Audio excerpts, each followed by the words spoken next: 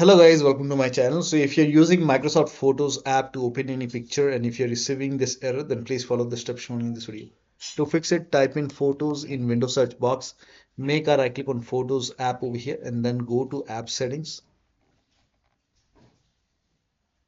Scroll down. First of all, click on terminate over here and then you can click on repair, and after the repair, you can check.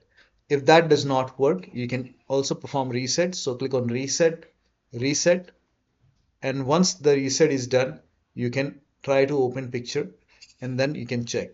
Still not working. The next step is to uninstall and reinstall Photos app. So you can type in Photos app in Windows search box, make a right click on Photos and then click on uninstall.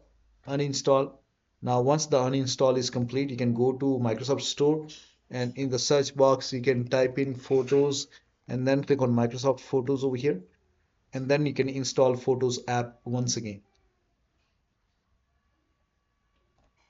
And once the Photos app is installed, then you can try to open picture and then you can check.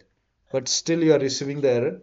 In that case, you can use this link. The link is provided in the video description. It will take you to Microsoft website, and over here you will see Microsoft Photos Legacy.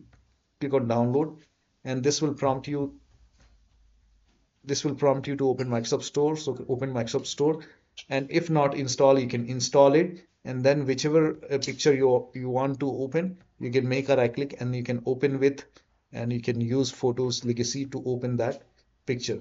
And if you don't want to make a right click and use this open with Photos option, in that case you can go to properties, make a right click on the photos, go to properties, and you can click on change over here, and you can select Photos Legacy and then you can set default, and then you can keep launching using Photos Legacy.